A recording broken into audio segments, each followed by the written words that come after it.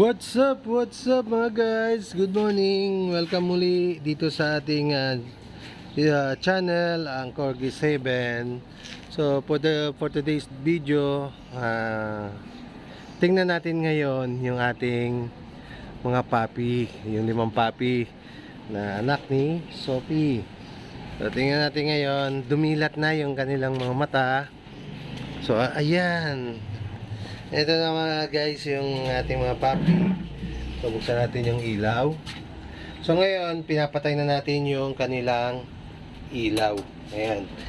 Pag umaga kasi hindi na ganong kalamig. So ito ngayon, ito yung mga female. Ito female. Then ito ang isa pang female. Ayan. Dalawa yung female natin. Ito dalawang to. So dilat na ito eh. Alam ko dumilat na yung mata niya. Ayan o, nakadilat na o.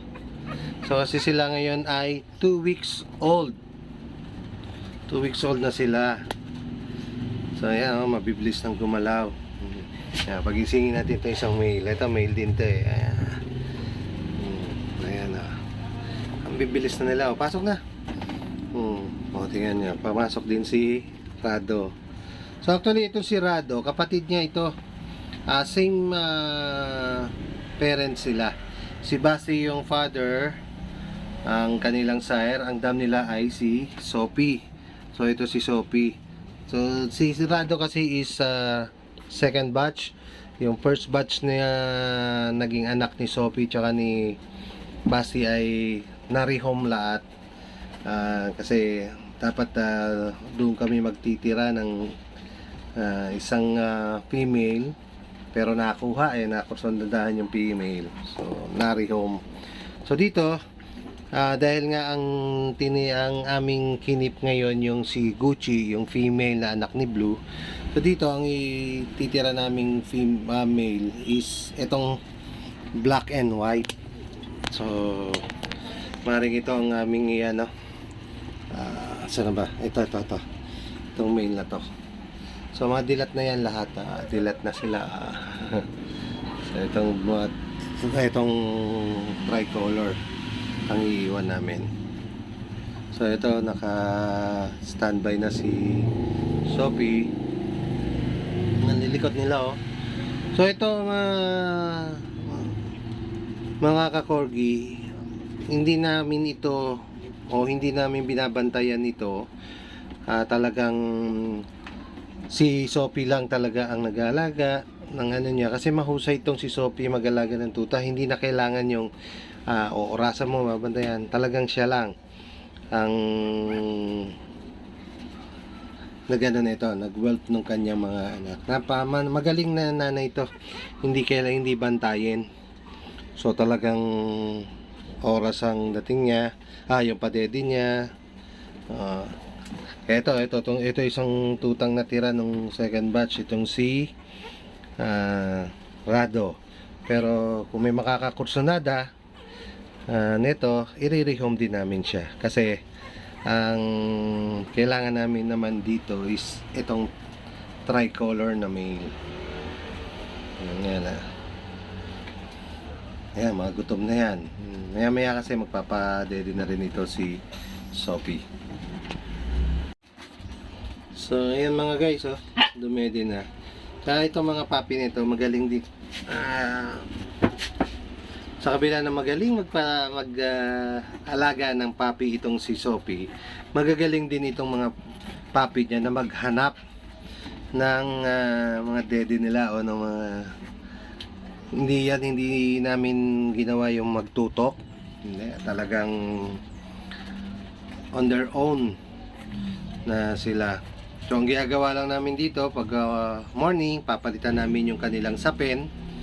Then katulad niya pumasok si Sophie, siya na ang balang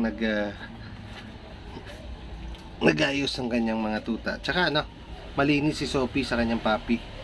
Talagang nililinis niya.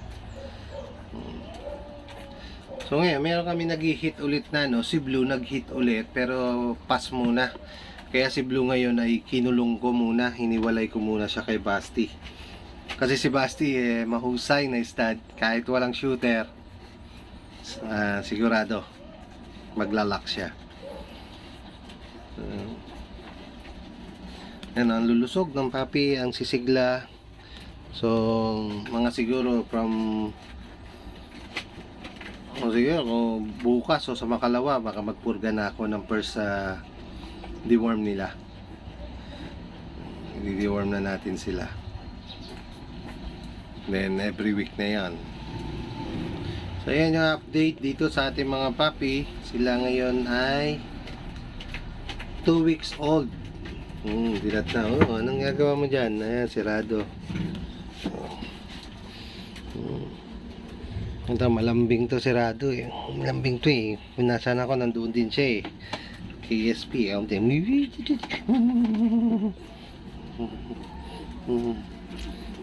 Si Basti ayan andito sa likod ko. So talagang malalambing sila. Ito, malaking tulong ito si Rado eh. Kasi nung time na nanganganak, kasi due date na ni Sophie nitong February. The time na may nagano na pala siya, nagle-labor. Maya siguro nung araw na ipinanganak ni Sophie itong mga tuta, hindi ko alam na naganganak na siya. Nagtataka ako bakit tahol ng tahol itong sirado. Yun pala, pag akyat ko, yun na. Ano yun? February 4? Oo, February 4 yun nung nanganak. Nanganak siya by siguro around 6 p.m. O 5 p.m. Tahol ng tahol itong si Rado. Ayun pala, kaya pala siya tahol ng tahol. Meron na siya isang puppy. Kaya nalaman ko na nanganak na si Sophie. So, alas 4 nagsimula. Natapos ay alas 10:30 ng gabi. So, ang naging puppy niya is 6. Kaya lang, yung first puppy na lumabas, yun yung namatay kasi mahinang dumede. So, talaga, hanggat hindi dumarating ang 5 days, hindi pa sure kung mabubuhay yung puppy. So, siguro parang ika 2 days o ika 3 days, 3rd day niya na namatay na yung puppy. Kasi first day pa lang, dumedede pa, okay pa naman dumede. Pero nung second day, napansin ko medyo mahina ng dumede. Then, nung ika 3rd day, pag akyat ko ng morning, patay na yung puppy. So, hindi natin maiwasan yun. Meron talagang hindi nakakasurvive. Pero pag ang puppy ay umabot na ng 5 days, malaki na yung chance na tuloy-tuloy na yon. Wala nang mamamatay. So ito na sila. Kasi yung namatay ay female yon. So ito na sila mga amigo, yung ating mga puppy.